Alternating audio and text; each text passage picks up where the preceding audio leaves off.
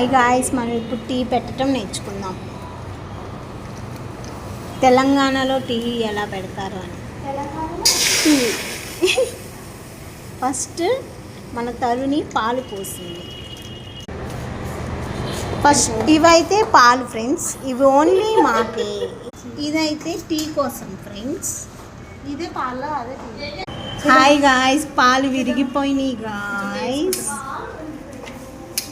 జున్ను ఇద్దా, జున్ను చేసుకుందాం. పాలైతే విరిగిపోయినాయి. ఈరోజు పాలు లేవు. చాయ్ ఓన్లీ ఫర్ చాయ్. మా చాయ్ వాళ్ళకి పోయి నేను